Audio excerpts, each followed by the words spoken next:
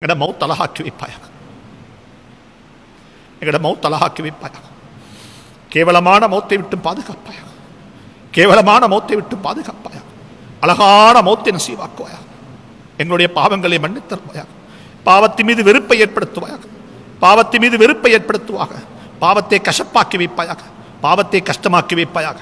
நன்மையான கர்மங்களை லேசாக்கி வைப்பாயாக, நன்மையான கர்மங்கள் மீது ஆசை ஆர்வத்தை நசீவாக்குவாயாக.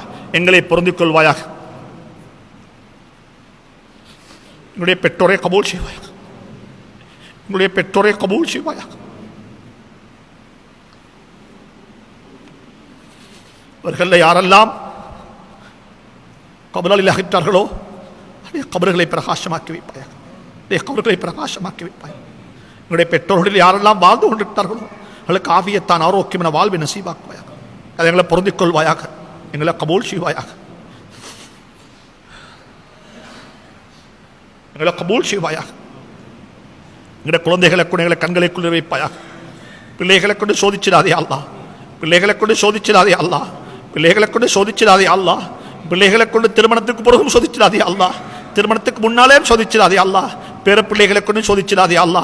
வீடுகளுக்கு வர இருக்கின்ற மருமக்களை சாலிஹான மக்களாக்கி வைப்பாக அல்லா, தீனுடைய மக்களாக்கி வைப்பாயாக அல்லா, தீனுடைய மக்களாக்கி வைப்பாக அல்லா. எங்களை கபூல் செய்வாயாக, எங்களை புரிந்து கொள்வாயாக, எங்களை ஏற்றுக்கொள்வாயாக. கடனில்லாத வாழ்வை நசீபாக்குவாயாக, கடனில்லாத வாழ்வை நசீபாக்குவாயாக.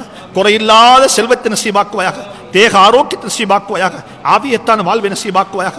யா அல்லாஹ், எங்களுடைய குடும்பங்களில் யாரெல்லாம் நோய்வாய்ப்பட்டிருக்கிறார்களோ, குழந்தைகள், மனைவி மக்கள், பெற்றோர்கள், உற்றார் உறவினர்கள் யாரெல்லாம் நோய்வாய்ப்பட்டிருக்கிறார்களோ அனைவருக்கும் ஆரோக்கியமான ஆவியத்தான வாழ்வை நசீபாக்குவாக.